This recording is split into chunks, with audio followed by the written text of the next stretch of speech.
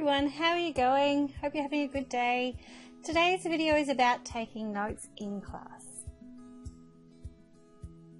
I'm going to be talking about what to write, how to take your notes, and why you should be revising them. So what to write? When your teacher is monologuing or during a class discussion, that's when you want to start taking notes. If you found that you've been sitting there for about 5 minutes or a couple of minutes and haven't noted anything down, you've just been sitting and listening and taking it in, then you probably should have, by that stage, taken about 3 or 4 dot points. At least a dot point per minute. And it's really important because you'll get to the end of the class and you'll have all this vibrant information in your head, and then within a day you would have forgotten it all. Make sure that when you're taking these notes that you're writing down dot points, keywords and tips and ideas. You don't want to have full sentences and you don't want to try and copy things down word for word, because then you won't have time to actually listen to what's being said. You want to sort of consolidate the important stuff, the highlights, if you will, of what the teacher is saying. And it's really important during those class discussions as well, because often during class discussions some really awesome ideas will come out. For example, someone might say something about Medea's motivation for what she did in killing the children, or someone might mention the way that Alistair MacLeod has used the environment as a character, and you'll be like, yes, I really want to use that, that's such a great idea, and then you'll forget it. So make sure you write that down as well. So note them, any questions down at the time that you think it. Don't assume that you're going to remember. Also, when you're doing that pre-reading and you're making those predictions, you'll think about concepts, ideas and vocabulary during that pre-reading.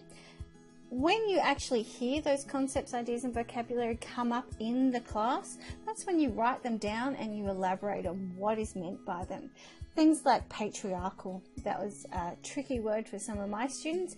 It's not like patriotism. Patriarchal means something quite different. So if that word comes up in your class, then make a note of what it means. And it means a male-dominated society, if you weren't aware. So key concepts, ideas and vocabulary, as they come up, note those things down as well. Some other things that you should write down: if the teacher takes the time to write something on the board, it's important. Copy that down. Also, if the teacher repeats a key idea or a phrase, that means it's probably important as well. And pay attention to things like tone and emphasis. If the teacher is emphasizing anything, then that's probably something you want to write down as well. So how do you actually take these notes? Well, I think that the first thing that you should do is decide whether you're going to take your notes on your laptop or by hand on paper. And that's a personal preference. There's research to support taking notes on a laptop or taking notes on paper, and either is actually fine as long as you organize these notes in a way that ensures you actually go back and read them.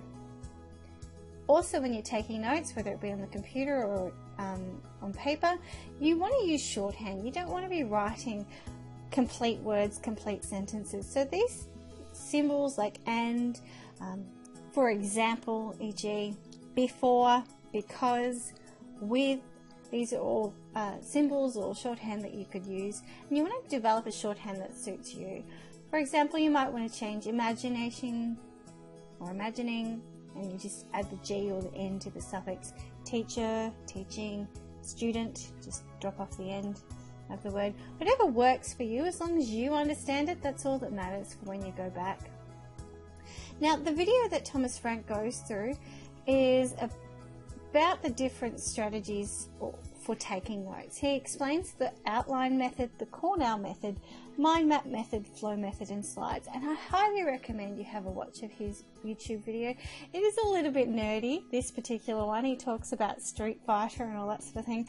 Most of his videos aren't like that, but they're very, very helpful. He has some good ones on flashcards and study habits and all that sort of thing, so definitely recommend his channel for a look.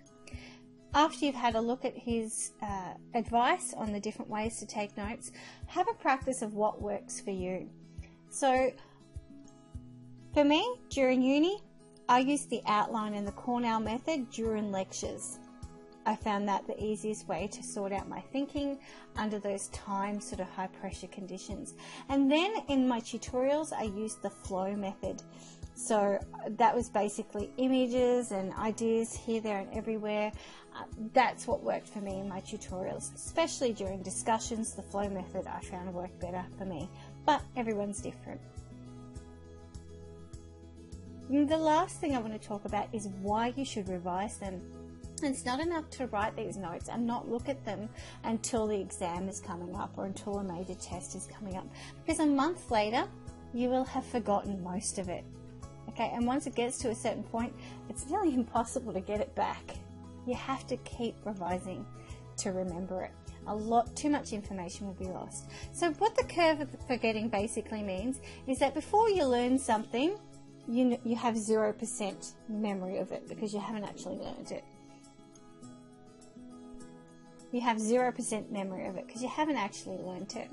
But within 24 hours or 10 minutes or 24 hours of you learning it, you will remember most of it. You will remember pretty much 100% of it, 90%, 100% of what you've learned. But if you don't actually go back and read it and revisit that information and do something with it, like write a summary of it, put it into a paragraph, write an essay, put it into one of your essays, or rewrite the notes, then you're not actually going to remember it. And then what you need to do once you've actually reread your notes and summarized it, a week later you want to revisit it again or sooner. So go back through your note from the day within 24 hours, and then within a week you want to read back through all your notes. You don't have to do anything with it that next time when you're revisiting or studying, revising, but you do have to take the time to read it. And then you want to make that a habit. Once a fortnight, go back and read through all your notes, and you'll make sure that that information stays fresh. So happy note taking, people. Enjoy!